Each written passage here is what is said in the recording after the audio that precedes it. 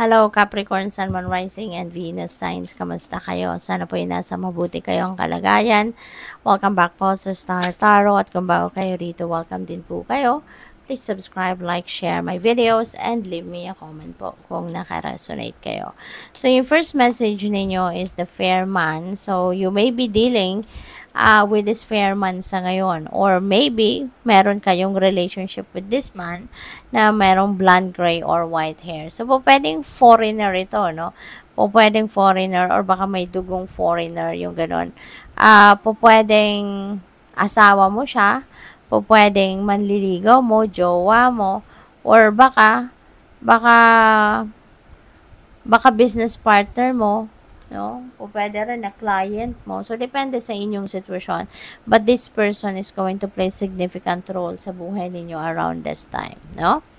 Maglalaan ka dito ng oras sa taong ito sa ngayon. Baka meron kayong importante pag-uusapan. Napakaganda ng next message ninyo. We have 4-leaf clover.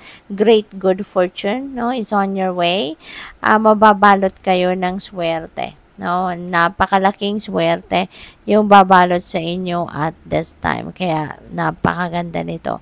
So hindi lang sa pamilya, hindi lang sa relationship, kundi pati sa pera, siswertehin talaga kayo. So, what else? We have teapot. Deep friendship with someone of the same sex. Ayan. So, meron tayong malalim, no, na pagkakaibigan. Meron tayong malalim na friendship na mabubuo with someone. Pwedeng sa katrabaho mo yan, pwedeng dati mo ng kaibigan yan, tapos mas mag-grow pa yung inyong pagkakaibigan with this person sa ngayon. So, what else? We have wall, misunderstanding. Baka sa isang kaibigan, no, yung misunderstanding na to. But, it's okay, Walang perfect na journey, walang perfect na relationship. Kaya, kung ano man itong hindi ninyo pagkakaintindihan with someone, pasasaan ba at magkakayos din kayo? Pasasaan ba at mapag-uusapan din ninyo yan? Kasi, wala namang permanente sa mundo, 'di ba? Everything changes, no? Lahat nag-e-evolve, lahat nagbabago, kaya pati yung misunderstanding niyo na yan, yung hindi niyo pagkakaintindihan with someone, magbabago din yan at maaayos din yan. Magkakaroon din kayo ng time para mapag-usapan, mapatch up ninyo kung ano man ang hindi ninyo na pagkakaintindihan.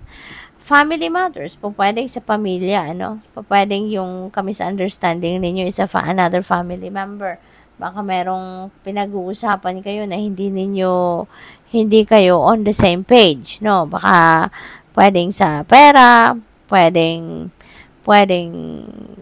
sinong mag-aasikaso sa pamilya or sa mga kapamilya, sinong may kailangan, no, 'di ba?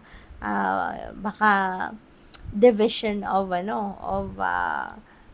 obligasyon, no, and responsibilidad na pwedeng hindi na pagkakaintindihan rito, or baka merong mga ipinagpapaalam, 'di ba? Mga anak ninyo, baka merong pinagpapaalam, tapos pwedeng yung isa pumayag pero kayo hindi, 'di ba? Parang ayaw ninyo. So maaaring yan ang naging dahilan din ng hindi ninyo pagkakaintindihan. So that is possible.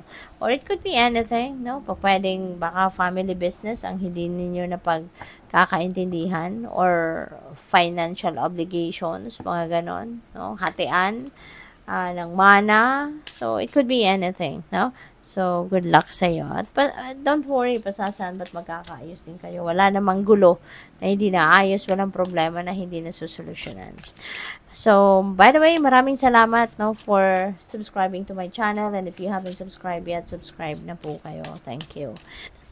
So, we have the elder flower, sabi dito, connect with ancestors, honor the wisdom of those who came before. Ayan. So, siguro, meron mga ancestors kayo na nagpaparamdam sa inyo sa ngayon, Baka meron kayong mga signs, na nararamdaman, may mga signs na nakikita, may mga omens kayong nakikita, no? And in your heart na that is your ancestor. 'Di ba? At maaaring may mensahe para sa iyo. Kaya nagpaparamdam because there is a message for you.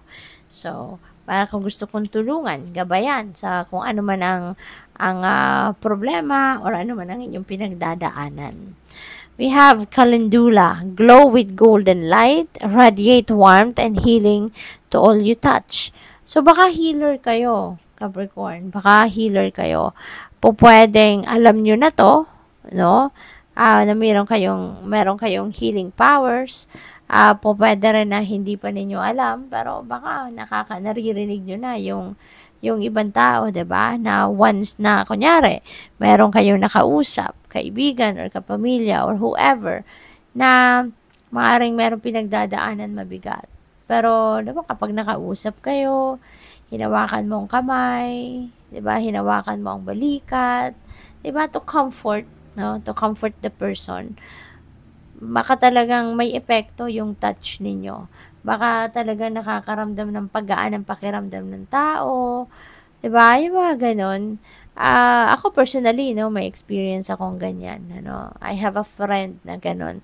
Kaya baka kayo gano'n din, 'di ba? Baka mayroon din kayong maramdaman na may kakaibang energy na na dumadapo sa katawan ninyo when that person kunyari, no, is touching you or kino-comfort ka, yung gano'n. So, baka gano'n ka din sa iba, you know? Baka gano'n ka din sa iba. Kaya po pwedeng, ito yung inyong, ito yung inyong mission. Ito yung inyong purpose and life, no?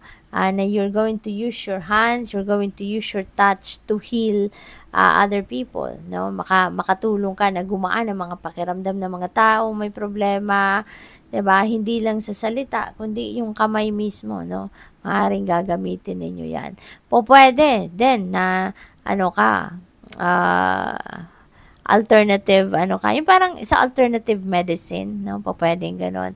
Pwede rin na, tawag dito, merong albularyo, yung mga gano'n, gumagamit na, ang mga albularyo, di ba, gumagamit ng kamay, di ba, sa panggagamot, no? Naghihilot, yung tinatouch lang ang kung anong masakit na part, mga gano'n.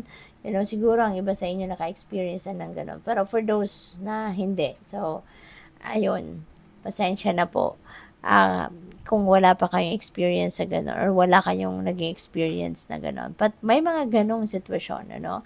At pwedeng Reiki healer kayo, pwede rin na nasa allied health kayo. Pwedeng massage therapist or physiotherapist, PT, yung mga ganon siguro ang trabaho ng iba sa inyo. Na you are helping other people, no? To be healed, to alleviate their pain, by using your hands. So, pwedeng may mga ganon. What else? We have pennyroyal. Sabi dito, repel insects.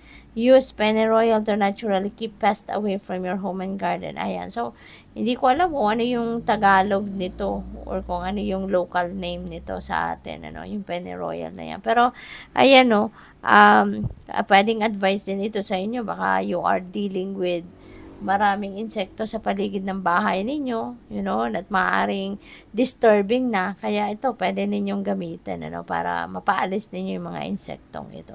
So, good luck po. Thank you for watching. Love and light. Namaste.